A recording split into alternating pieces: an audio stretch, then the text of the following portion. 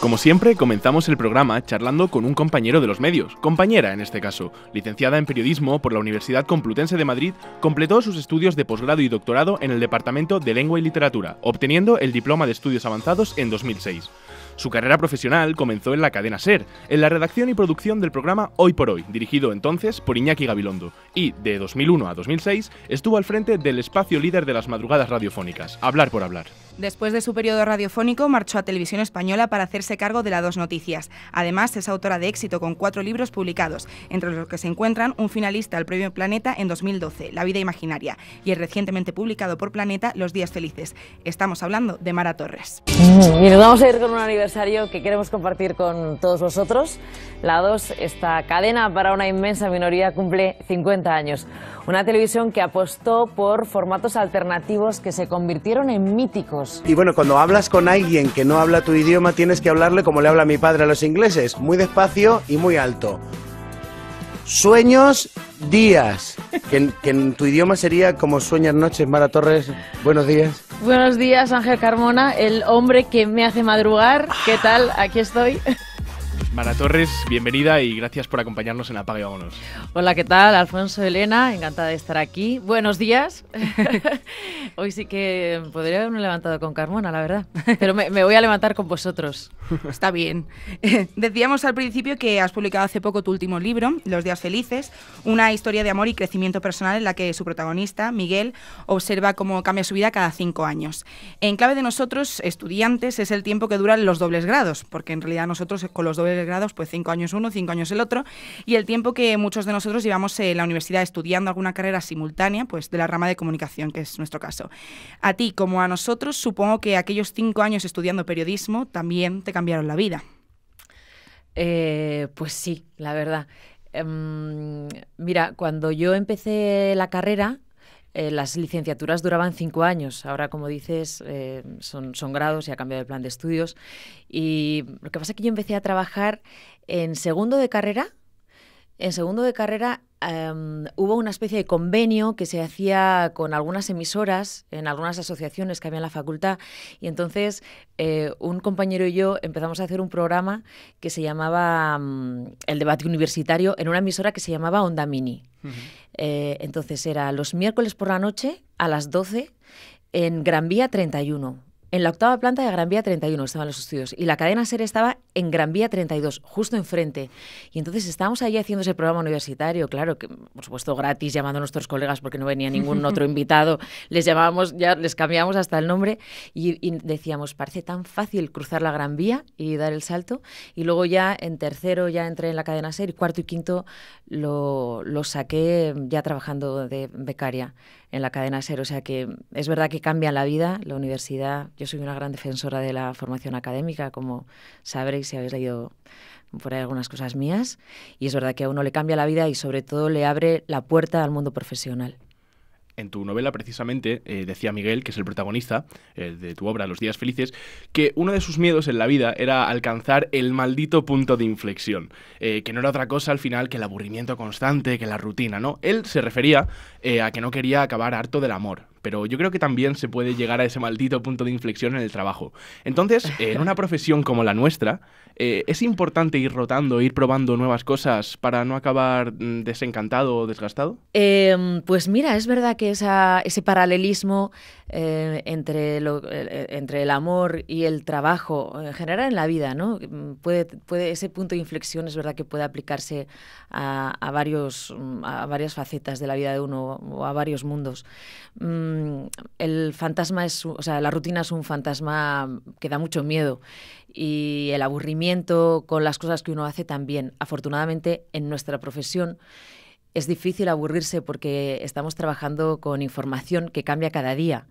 Pero sí es verdad que cuantos más formatos conozcas, cuantos más medios conozcas, cuantas más posibilidades tengas de conocer a otros profesionales, de hacer entrevistas hoy a médicos, mañana a abogados, pasado a ingenieros, al día siguiente a literatos, más enriquecida va a estar tu formación, ¿no? Y eso como profesionales para nosotros es muy bueno. A mí cuando me preguntan qué salida tiene el periodismo, yo digo, pregúntame dónde están dónde están las puertas, porque lo que tiene el periodismo son muchísimas puertas que abrir. Y esa es una ventaja que hace a nuestra profesión poco aburrida, yo diría. Al final, Mar, has escrito una novela en la que tus lectores se sienten identificados con muchas de las situaciones y con muchos de los personajes que presentas. Y es que todos somos o conocemos pues algún Miguel, Claudia o Pecu. Supongo que una de las claves de la obra, de esas que tenías clara, era que la historia y los personajes conectaran de manera rápida y clara con los lectores, que vieran reflejados mucho su propia vida en ella. Sí, fíjate que no era una intención cuando escribí. Yo creo un personaje que se llama Miguel y luego creo una trama. He trabajado muchísimo en la estructura, he dedicado a Los Días Felices 3 años porque al contar una historia durante 20 años a través solo de 5 días, que es los días del cumpleaños del protagonista con un intervalo de 5 años entre uno y otro, o sea, el día que cumple 20, 25, 30, 35 y 40, imagínate la de apuntes que tenía. Más que cuando estaba estudiando. Recuerdo que tenía el sofá de la habitación en la que escribo llena de carpetas con las fechas 1995, 2000, 2005, 2010, porque sí que he trabajado con esos años, aunque no salen en la novela, son esos años con los que he trabajado. Y claro, no estaba pendiente de que la gente se sintiera identificada, estaba pendiente de hacer un personaje creíble. Y cuando haces un personaje creíble, al final se reconoce en muchos escenarios. Un montón de gente me ha dicho, jo, has descrito la cantina de mi facultad. Pero me lo ha dicho uno de Burgos, otro de Valladolid, otro de Sevilla, otro de Bilbao. Y yo decía, pues en realidad yo la que describí fue la cantina de mi instituto, del Ramiro de Maeztu. Yo estudié en el Ramiro de Maeztu y tenía... Para mí es mi primera referencia con un bar de facultad o con un bar estudiantil, porque antes había estudiado en un colegio donde no había un bar, ni una cafetería, ni nada cerca, ¿no? Y yo describí esa, pero todo el mundo me dice, has descrito la mía. Bueno, pues de eso se trata. También es cierto que son 20 años muy móviles para todo ser humano, de los 20 a los 40, donde casi todos hacemos las cosas por primera vez. De los 20 a los 40, por primera vez nos independizamos, por primera vez nos enamoramos de una persona con la que probablemente no acabemos teniendo nuestra relación definitiva, encontramos nuestros primeros trabajos entre los 20 y los 40, o sea que luego también es verdad que hay muchos lugares comunes y en la novela salen y el lector efectivamente los reconoce. Y además de esa faceta como escritora, queríamos hablar también de tu faceta como periodista. Decíamos que iniciaste tu carrera profesional en la cadena SER, en Hoy por Hoy, junto al gran... Sí, perdona, Alfonso, es que yo siempre reivindico que no empecé en el Hoy por Hoy de Iñaki Gabilondo. Yo donde empecé es en la emisora local de la cadena SER, en Radio Madrid, con un programa que se llamaba Hola Madrid, que iba a José Luis Arriaza, y con un programa de fin de semana, porque hacíamos jornadas maratonianas, o sea, trabajábamos prácticamente los 7 días, que se llamaba La Gran Evasión, que es donde realmente forjé mis primeros pasos radiofónicos. Y quiero hacer esta distinción porque suena muy bien lo de trabajar en el Hoy por Hoy de Iñaki Gabilondo, pero yo trabajaba en un programa mucho más pequeño. Al de Gabilondo pasé después y luego un corto plazo, pero pesa tanto que aparece en todas partes. No, donde labré realmente mis primeros pasos en la cadena SER fue en un programa local y concretamente, aparte de Lola Madrid, en uno de fin de semana. Y recuerdo, y por eso lo cuento siempre, que recorríamos todos los garitos de Madrid buscando gente que quisiera venir a que le entrevistáramos, porque los importantes iban todos al programa de Iñaki Gabilondo.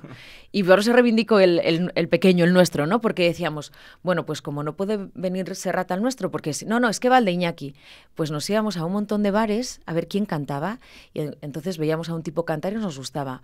Oye, ¿tú cómo te llamas? Y decía, Jorge, ¿te apetece venir a un programa que tenemos de fin de semana y cantar en directo? Y era Jorge Drexler, o era Pedro Guerra, o era Rosana, o era Ismael Serrano, o era Noa. Veíamos a un tipo al que le habían dado una financiación para una película que quería hacer y le decíamos, oye, ¿te apetece venir a este programa? Y él decía, nunca me han hecho una entrevista, es mi primera vez, y era Alejandro Amenábar. Entonces yo reivindico mucho ese programa local que hice en la cadena SER, al margen de luego lo que aprendí en programas de más envergadura, ¿no? Claro, no, pues muy bien, porque yo creo que el día de mañana nosotros también reivindicaremos que salimos precisamente de aquí. Y claro, lo que nos pasa mucho cuando nos documentamos, vemos el nombre de Iñaki Gabilondo y ya decimos, pues empezamos desde aquí porque ya no puede sino subir esto, ¿no? Entonces... Sí, también tengo que reconocer que mi periodo con Iñaki Gabilondo, que era por una sustitución que hacía a una compañera que se había cogido la baja por maternidad, a Elvira, y entonces me estuve sustituyéndola, ¿no? Y entraba a las 4 de la mañana. Tú imagínate que luego he sido tan noctámbula en mi vida, porque todos mis programas han tenido horarios de noche, pero con Iñaki me tocaba entrar a las 4 de la mañana y a mí aquello me parecía el gran suplicio, porque dejaba de salir por la noche, porque claro, tenía que dormir. Y cuando yo entraba en la emisora con mala cara y como enfadada por el madrugón, de pronto veía entrar a Iñaki Gabilondo y se había leído todos los periódicos ya. Venía, yo siempre digo... olía como a flores, o sea, como si fuera todos los días primavera, ¿no? Porque le apasionaba lo que hacía. Y eso fue verdaderamente una lección muy importante para mí también. Pues de haber pasado en Cadena SER, en el programa local, a estar con Iñaki Gabilondo, también dirigiste y presentaste durante varias temporadas Hablar por Hablar. Hablar por Hablar, con Mara Torres. Y con los que hablan y con los que escuchan y con los casi 200 oyentes que tenemos conectados al chat del programa de Hablar por Hablar. Veo por aquí algunas caras conocidas, a Soy Luna, a Petróleo. Un programa que comenzó con Gemma Nierga en Barcelona y que luego pasó a la programación de toda la cadena. Podemos decir que contribuiste desde luego a su consolidación, que cosechó un gran éxito durante toda tu etapa. ¿Qué recuerdos tienes de aquellos años? ¿Qué supuso Hablar por Hablar para Mara Torres? Bueno, fue una etapa importantísima en mi vida, pero fíjate que este corte que habéis elegido del programa, que no lo había oído en un montón de años, esta alusión que hago al chat que tiene 200 personas, es el ejemplo, y me gusta mucho que lo hayáis puesto, de que Hablar por Hablar fue el primer programa de la historia de la radio-televisión española en el que se contó con un chat en directo que luego, imagínate lo que han sido las redes sociales, eran la primera red social que se puso en marcha en un formato radiofónico o televisivo. Y una cosa que aprendí de aquello es que nosotros llegamos a tener hasta 1 millón de oyentes, que era muchísimo para un programa de noche. Teníamos en algunos tramos el 70% del share de la radio nocturna, de la radio, vamos, que suponía que de 100 personas, 70 oían Hablar por Hablar. Bueno, pues lo que aprendí de poner en marcha un chat en el programa es que efectivamente había 200 personas, que también era una barbaridad, opinando. Yo estaba escuchando al oyente con la pantalla de ordenador delante, que eso ahora es muy normal, pero hace 15 años era excepcional, o sea, era la primera vez que se hacía. Y entonces, por ejemplo, yo tenía una llamada que a mí me estaba resultando muy interesante. Y uno en el chat ponía, ¿qué rollo? Me estoy aburriendo. Y el siguiente se contagiaba y decía, es verdad, qué coñazo. Despide ya a este oyente que nos estamos durmiendo todos. Y enseguida la pantalla se llenaba de Z y veía que los 200 se estaban durmiendo. Y claro, a mí me estaba resultando interesante la llamada que estaba teniendo, pero de pronto sentía la presión del chat del Hablar por Hablar, de los chatines, le llamamos chatines, bueno, se autodenominaron ellos chatines en homenaje a Arturo Fernández, porque luego es que, como todas las redes sociales, tiene mucha coña, ¿no? Y mucho ingenio. Y yo decía, ¿qué hago? Porque claro, estos me están diciendo que se están durmiendo, pero a mí me está resultando interesante. Y entonces al final cortaba la llamada un poco, ya os digo, presionada. Sin embargo, el siguiente oyente que entraba me decía, ¿por qué la has cortado con lo interesante que era? De modo que rápidamente pensé que hay 2 mundos. Uno, el de la gente que está conectada a la red, que quiere divertirse, que tiene la mente ágil, que está necesitando motivaciones, que está entreteniéndose, y del que estaba en su casa dormido con la radio, dormido no, pero en cama, que necesitaba esa tranquilidad y necesitaba esa pausa. ¿Dónde estaba quien mandaba? Y fue una lección, para mí, ya os digo, muy importante para entender después qué significan las redes sociales y qué lugar ocupan en la vida de un profesional. Uh-huh. Tienen una importancia relativa, pero no pueden manejar todas tus decisiones. Uh-huh. Y de allí, de Hablar por Hablar, pasaste a Televisión Española para presentar la Dos Noticias, con un horario también nocturno, un poquito menos trasnochador. ¿Por qué ese salto a la televisión? Fíjate, Alfonso, yo nunca lo he considerado un salto a ninguna parte. Yo no di el salto a la tele, simplemente me ofrecieron un proyecto que me resultaba interesante y el medio en el que se hacía ese proyecto era la televisión. Hasta ese momento había tenido varias ofertas y no solo decía que no, es que ya ni me reunía. No me interesaba un formato de televisión fuera cual fuera. De hecho, llegué a tener ofertas donde me decían, lo que quieras, ¿no? Piensa qué quieres hacer y vente. Yo decía, no, porque yo necesito un proyecto en el que creer. Y cuando llega la Dos Noticias, que era el informativo que nosotros veíamos antes de empezar a Hablar por Hablar, lo teníamos puesto en redacción con Lorenzo Milá, con el primer informativo que hablaba de temas que no se abordaban en los informativos generalistas, tecnología, ciencia, medio ambiente, la NASA, que tenía un presentador que hablaba a los espectadores de tú, y que iba sin corbata y que me parecía que era natural contando las cosas, que hacían digerible la información y la hacían entretenida. Vamos, no, es que ni se me pasó por la cabeza decir que no, y eso que suelo ir con el no por delante. Igual después me arrepiento, pero suelo ir con el... Pues en este caso me llamo Fran Llorente y le dije, vamos, sí. Sí. Por eso digo, para mí no fue un salto a la tele. Todo el mundo me lo decía cuando me entrevistaba al principio. Y yo decía, no he venido a la televisión a hacer lo que sea, he venido a hacer las Dos Noticias y llevo 11 años haciéndola. Es verdad que los ciclos terminan y uno puede tener ganas de hacer otras cosas. Es verdad que en televisión he hecho otras cosas, pero yo creo que ya puedo demostrar que aquello que dije era cierto, que yo venía a un proyecto y mientras pueda darle lo mejor de mí a ese proyecto, voy a seguir. El día que decida, que puede ser mañana, que ya no tengo más que dar a las Dos Noticias, me iré. Como acabas de decir, un informativo diferente, alternativo a lo que estamos acostumbrados en una cadena pública como la 2. ¿Cuáles son las claves de tu programa? ¿Cómo definirías qué es y qué quieres conseguir que sea cada día la Dos Noticias? Bueno, el equipo de la Dos Noticias, que está formado por 10 personas, casi las mismas que montan vuestra emisora aquí en la universidad. Con esto quiero decir que es un equipo muy pequeño, que un telediario, un informativo generalista lo pueden montar entre 50 y 100 personas, si cuentas con toda la gente que hay alrededor, nosotros somos muy pocos. Ha tenido siempre muy clara la herencia que recibía. Y la herencia que hemos recibido era el rigor, la independencia y la pluralidad. Después de 22 años, y nosotros llevamos haciéndolo 11, o sea, el equipo actual, la gran mayoría de los 10, llevamos 6 o 7, somos desde hace 11 años, acabamos de recibir un premio que nos ha reconocido que después de tantos años hemos sido capaces de mantener eso, pase quien pase, por las diferentes direcciones de informativos, pase quien pase por los diferentes gobiernos. Ha habido 4 cambios de gobierno durante estos años, y nosotros seguimos siendo fieles a los principios periodísticos que forman parte de nosotros y también de la forma que nuestros espectadores tienen de entender la información. Entonces yo diría que partiendo de la defensa de los derechos humanos, que también es una de nuestras prioridades, pues esos son los fundamentales, ¿no? El rigor, la independencia y la pluralidad. Y también hay otra cosa que os diferencia de los demás informativos, que es que tenéis un alto contenido cultural, ¿no? Sí, y otra, que no contamos sucesos. Eso sí que nos diferencia hoy por hoy de todos los demás informativos. No es porque no creamos que los sucesos no tienen que tener lugar en un informativo. Toda la vida ha habido páginas de sucesos en los periódicos, toda la vida ha habido una parte dedicada a los sucesos en los informativos, pero lo que está pasando ahora es... no sé, de juzgado de guardia, que es que casi la mitad de un espacio de una información en un informativo generalista está dedicada a los sucesos. Para nosotros no.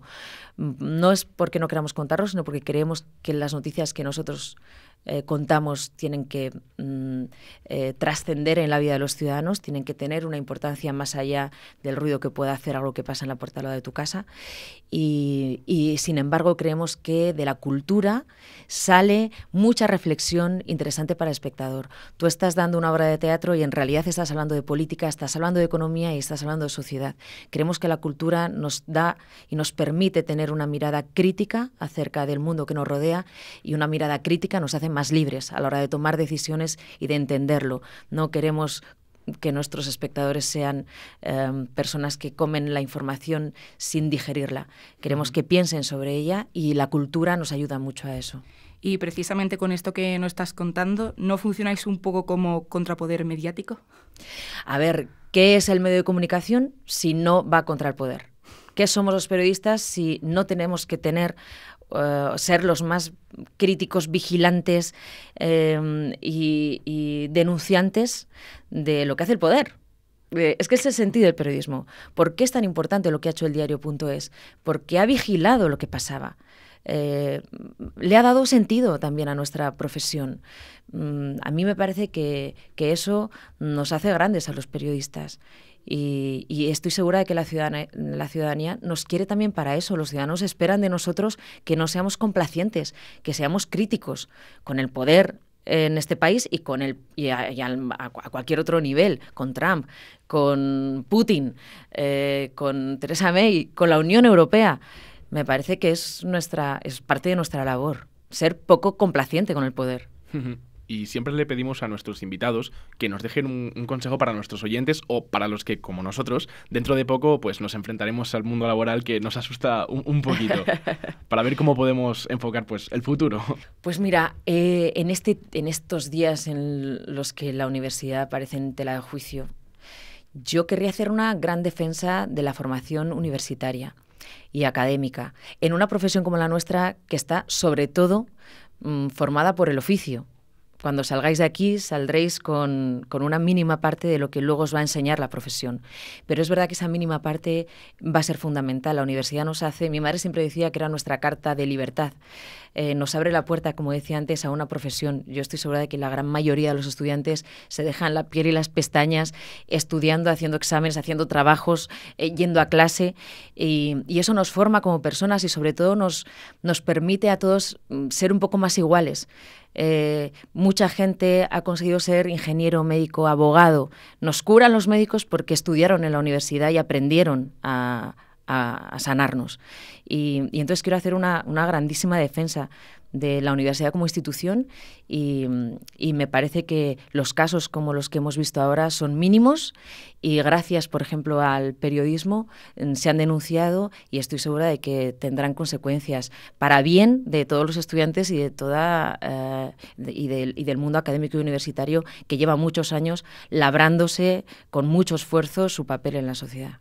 Y así un poco como confidencia, después de los días felices, ¿tienes algo en mente o ya plasmado en el papel que quieras hacer? Ay, pues es que mira, como estoy en pleno periodo de promoción desde hace casi un año, porque la sacamos en octubre y no he podido parar ningún fin de semana, desde octubre hasta ahora he viajado todos los fines de semana para ir a encontrarme con los lectores. Está siendo verdaderamente muy gratificante para mí porque no me lo esperaba y está teniendo mucho éxito y estoy verdaderamente contenta. Pues tengo poco tiempo para pensar en otra historia. Lo que pasa es que siempre está ahí como en la cabeza, no sé, tardé 5 años entre una y otra, no sé si volveré a tardar otros 5 años, no lo sé. Mara Torres, periodista y escritora, autora y presentadora de La Dos Noticias. Que siga el éxito con esa promoción de los días felices. Recordamos, editado por Planeta. Mara, muchas gracias por acompañarnos en Apaga y Vámonos. Te seguimos viendo y leyendo con mucho interés. Gracias a los dos, mucha suerte, un beso. Gracias.